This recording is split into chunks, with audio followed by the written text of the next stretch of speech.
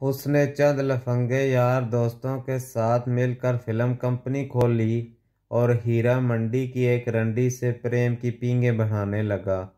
और उसके बाद जो कुछ हुआ वो आप सुन ही चुके हैं। अब मैं आपको वो किस्सा सुनाता हूँ जो मंगनी के बाद हुआ। जमाल ऐसा ही बुरा सही मगर पढ़ा लिखा था। उसे इतनी समझ तो ज़रूर थी। उसके घर वाले और सियाल बरादरी के लोग जब फिल्म कंपनी और कंजरों के घर शादी की बात सुनेंगे तो इससे नफरत करने लगेंगे। सियाल बड़े इज्जतदार और गैरतमंद हैं। वो हरगिज़ बर्दाश्त न कर सकते थे कि इनकी बरादरी का कोई लड़का कंजरों से मेल जोल रखे। यही वजह थी जमाल ने लाहौर वाले वाक़े पर चुप ही भली समझी। वो जंग इसलिए गया ताकि घर वालों को बता आए कि अब चौधरी सिकंदर के घर शादी नहीं करेगा। उधर तो लाहौर में ये गुल खिला और चौधरी सिकंदर के इनकार से जमाल के तमाम सुनहरे सपने टूट फूट गए। अपनी ज़मीनें बेचकर उसने फिल्म कंपनी बनाई और राह साहा रुपया रंजना के प्रेम में बर्बाद किया। मगर वो राबिया से इसलिए भी शादी करना चाहता था कि वो चौधरी सिकंदर की इकलौती बेटी थी।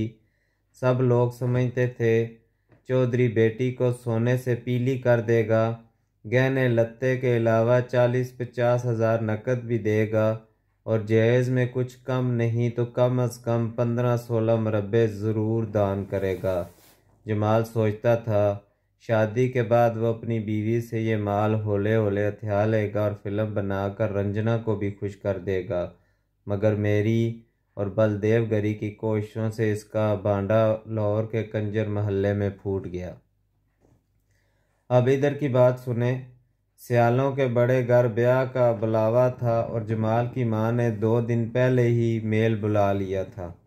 इर्द गिर्द के गांव और देहातों से सियाल बरादरी के राठ चौधरी बड़ी शान बान के साथ अपनी घोड़ियों पर सवार होकर जंग पहुंच चुके थे और चौधरी जमाल की वापसी से पहले ही इतना मेल जमा हो गया था जैसे कोई मेला लग रहा हो। जब जमाल लाहौर में अपनी दुनिया लौटा कर घर पहुंचा तो अजब लहर बहर थी। राठ चौधरी तुर्रेदार पगड़ियाँ बांधे और अपनी अपनी हैसियत के मुताबिक आला लिबास पहने मेहमान खाने में मौजूद थे। बांड मरासी नकलें कर रहे थे। हर तरफ शोर बपा था। बेफिक्रे सियाल चौधरी काम का छोड़कर 2-3 रोज़ शादी का मौज मेला देखने आए थे। इधर जनान खाने में ढोलक बज रही थी। लड़कियां और औरतें शौक भड़कीले कपड़े पहने जमाल के सुहाग की घोड़ियां गा रही थीं। नाइनें और बर वालियाँ इधर उधर भागी फिर रही थीं।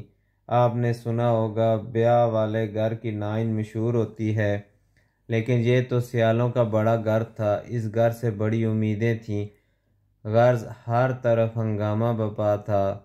जमाल ने यह सब कुछ देखा तो उसके दिल को बड़ा धक्का लगा और अब उसे महसूस हुआ जूं ही उसने खबर सुनाई कि शादी नहीं होगी तो खुशी की महफिलें मातम कदा बन जाएंगी, बरादरी में बदनामी अलग से होगी। मैंने आपको ये तो बताया है कि बाहर के लोगों में वट्टे सट्टे की शादियों का रवाज है, लेकिन ये अभी तक नहीं बताया इनमें किसी लड़के की मंगनी टूट जाना बहुत बड़ी तौहीन और हतक समझी जाती है। वो लोग सैकड़ों हज़ारों बातें गुवारा कर लेंगे लेकिन ये बर्दाश्त नहीं कर सकते कि इनके लड़के की मंगनी टूट जाए। अगर किसी की मंगनी टूट जाए तो घर घर बातें होंगी और औरतें इस लड़के की माँ बहनों फूफियों चाचियों को ताने देती और याद दिलाती रहेंगी तुम्हारे मुंडे की मंग कोई दूसरा ब्याह कर ले गया था। अगर तुम्हें कुछ गैरत होती तो अपनी मंग किसी दूसरे घर न जाने देते।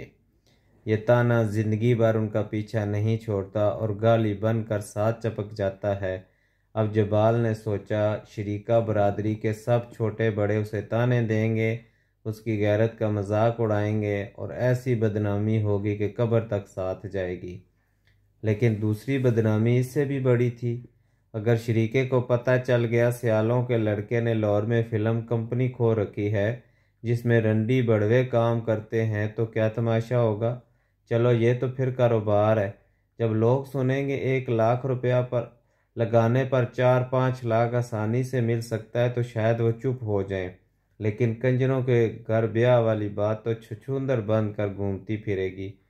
वो दोनों तरफ से फंसा हुआ था और इसमें इतनी जुर्रत न थी कि अपनी माँ से बात कर सकता, जो इस वक्त बड़ी चौधरान बनी बेटे के ब्याह की खुशी में भागी फिरती थी, मगर कुछ न कुछ तो कहना ही था। जमाल के घर दाखिल होते ही हर तरफ शोर मच गया था। लाड़ा आ गया, लाड़ा आ गया, मगर उन्हें क्या खबर थी, लाड़ा तो अपना सब कुछ लुटा आया है। उसे उदास और गमगीन देखकर माँ का माथा ठटका। उसने सोचा रब खैर करे, पुत्र वोटी के लिए गहना लत्ता लेने गया था, कहीं लाहौर में चोरी न हो गई हो। उसने बेटे को अंदर बुलाया और उदासी की वजह पूछी। जमाल कहने लगा, माँ मैं ब्याह नहीं करूँगा। माँ ने मुस्कुरा कर पूछा, क्यों पुत्र, लाहौर में कोई दूसरी लड़की पसंद कर आया है? पर कसम है रब रसूल की, मेरी राबिया की जूती बराबर भी न होगी। जमाल तंग कर बोला, माँ अब मेरे सामने राबिया का नाम न लेना, मैं उससे शादी नहीं करना चाहता। ये ढोलक बंद करा दे और सबसे कह दे वापस चले जाएं। जमाल पुत्र तो कहीं पागल तो नहीं हो गया? सारे शरीके को सद्दा भेजकर बुलाया है। रब साईं ने इतनी मुद्दत के बाद मुझे ये खुशी का दिन दिखाया, मैं क्यों किसी को वापस करूं? तुझे हो क्या गया है? अब जमाल को खुलना ही पड़ा। गुस्से में मुंह बनाकर बोला, मुझे कुछ नहीं हुआ माँ, चौधरी सिकंदर सियार का दिमाग खराब हो गया है। रब साईं ना करे पुत्र, सोहरा तो बाप की जगह होता है, उसे ऐसी बातें नहीं कहते। माँ मैं सच कहता हूँ, ये शादी नहीं हो सकती। चौधरी सिकंदर ने मंगनी तोड़ दी और उसे रिश्ता देने से इनकार कर दिया है, अब जंज नहीं जाएगी। हाय हाय मैं मर गई पुत्र, ये तूने क्या बात सुनाई है? चौधरी सिकंदर ने मंगनी क्यों तोड़ दी? हुआ क्या? वो तुझे कहाँ मिला था? बूढ़ी माँ ने एक ही सांस में कितने सवाल पूछ लिए। जो जमाल ने जवाब दिया, वो मलक अल्लाह जवाया को लेकर मेरे पीछे पीछे लाहौर गया था। उसने मुझे कह दिया है कि जंज लेकर उसके घर ना हो, वो अपनी लड़की का डोला नहीं देगा। यह खबर सुनकर माँ के पांव तले से ज़मीन निकल गई और पीछे से आवाज़ आई, कौन डोला नहीं देगा? बूढ़ी चौधरान माथे पर हाथ मार के वहीं सर पकड़ के बैठ गई। आने वाला इसका देवर और जमाल का चाचा चौधरी हयात था। जब उसे देखा तो चौधरान दुखी आवाज़ में बोली, इसी से पूछ, ये कहता है चौधरी सिकंदर डोला नहीं देगा, उसने रिश्ते से इनकार कर दिया है। उसने रिश्ते से इनकार कर दिया है? आहो चाचा, चौधरी मुझे लाहौर में मिला था, उसने मेरी बेइज्जती की और बताया वो अपनी बेटी राबिया की शादी मलक अल्लाह जवाया के कामे सुल्ताने के साथ तय कर चुका है और चांद की 15वीं को वही जंज लेकर आएगा। चौधरी हयात के लिए भी ये खबर एक अचंभा थी। सिकंदर ने मलक अल्लाह जवाया को साफ इनकार कर दिया और बार बार यही कहा था कि सुल्ताना एक कामे का लड़का है और मैं उसे लड़की देकर बरादरी में अपनी नाक नहीं कटवाना चाहता। अब उसने नाक कटवाना क्यों कबूल कर लिया? चाचे ने भतीजे को अपने पास बैठाकर बड़े गुस्से की हालत में सारा वाक़या सुना। जमाल ने असल बात तो न बताई कि चौधरी सिकंदर और मलक अल्लाह जवाया इसके पीछे लाहौर क्यों पहुंचे थे। अलबत्ता उसने चौधरी के जवाब को खूब नमक मरच लगाकर बयान किया और चौधरी हयात यूं तड़प उठा जैसे ये नमक मरच उसके जख्मों पर लगाया गया हो। बूढ़ी माँ सदमे से बेहोश होकर गिर पड़ी। नायने और बर्फवालियाँ हवा की तरह उड़ती आईं और बेहोश चौधरान के मुंह पर पानी के छींटे दिए गए। ड्योढ़ी में ढोलक की थाप रुक गई। औरतों के लबों पर सुहाग की गोलियां दम तोड़ गईं और हर किसी ने चौधरान की बेहोशी की खबर को हैरत और तअज्जुब के साथ सुना। वही घर जहां थोड़ी देर पहले शादी के गीत गूंज रहे थे और गाने गाए जा रहे थे, अब मातम खाना नजर आ रहा था। डेढ़ी से निकलकर लड़कियां, औरतें और सुहागनें भागम भाग अंदर पहुंची। चौधरान को बड़ी देर और बड़े जतन से होश आया, लेकिन इसकी आंखों से अभी तक दिल का गम झलक रहा था। जमाल ने माँ के हाथ पांव दबाए और एक आदमी उसी वक्त हकीम नंदलाल की तरफ दौड़ाया कि वो हकीम जी को लेकर फ़ौरन पहुंच जाए। आप हैरान होंगे, मुझे जमाल के घर में होने वाले हंगामे की खबर कहाँ से मालूम हुई। मैं तो चांद की 13वीं को गुरुदेव के साथ लाहौर के शीतला मंदिर की छत पर बैठा वाइट हॉर्स पर सवार फजाओं में उड़ता फिर रहा था। उसी रात बदनसीब राधे मेरे हाथों ख़त्म हुआ और लाहौर की नहर में बहा दिया गया था। मगर चौधरी जमाल के घर में जो हंगामा उठा या मंसूबा तैयार किया गया उसका पता मुझे बाद में चला, और पता भी हकीम नंदलाल के ज़रिए चला। मैंने आपको बताया जमाल की माँ मंगनी टूटने की खबर सुनकर गश खा गई थी और जमाल ने फौरी तौर पर हकीम नंदलाल को बुलाया था, जो फ़ौरन सियालों की हवेली में पहुंच गया। लेकिन हकीम नंदलाल इतना गहरा आदमी था कि उसने ये सब बातें मुझे बाद में बताईं।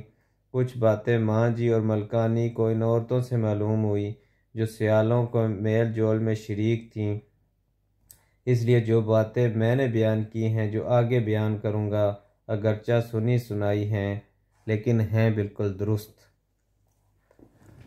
चौधरी हयात जमाल का चाचा उस सारे फसाद की जड़ है जो बाद में पैदा हुआ। वो बेवकूफ़ न था और इतनी बात ज़रूर जानता था। चौधरी सिकंदर ने बेवजह जवाब न दिया होगा। उसने जमाल की कोई ऐसी कमज़ोरी देख ली होगी जिसके बाद रिश्ता देने से इनकार कर दिया, वरना वो बात से फिरने वाला आदमी न था। वो अपने भतीजे को लेकर अलग बैठ गया और उससे पूछने लगा कि बात क्या हुई और चौधरी सिकंदर ने मंगनी आखिर क्यों तोड़ दी।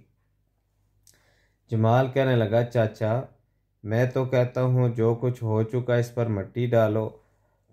अब मैं भी वहाँ ब्याह नहीं करना चाहता। कभी वक्त आया तो देख लेंगे। इस वक्त बरादरी को कल की रोटी देकर रुखसत कर दो। चौधरी हयात भड़क उठा, ओए लड़के, तू भी यही चाहता है कि बरादरी के लोग सारी उम्र हमें ताने दें, सियालों पर उंगलियां उठाएं और हम कहीं उठने बैठने जोगे न रह जाएं। चौधरी सिकंदर हमें जलील करके सर ऊंचा नहीं रख सकता और न हमारी मंग मलक अल्लाह जवाया ले जा सकता है। आखिर तुझे हो क्या गया है? अगर अपना नहीं, मेरा नहीं, तो इस बूढ़ी माँ की इज्जत का कुछ ख्याल कर। और जो मैं कुछ कहता हूँ, कल जंज ज़रूर जाएगी और राबिया का डोला यहाँ आएगा। इसके बाद तेरी मर्ज़ी है, तू उसे बसाए या तलाक दे दे। मगर चाचा, चौधरी सिकंदर डोला नहीं देगा। उसे डोला देना ही पड़ेगा। तू क्या समझता है मैं बेवकूफ़ हूँ या मुझे अपने घर की इज्जत का ख्याल नहीं?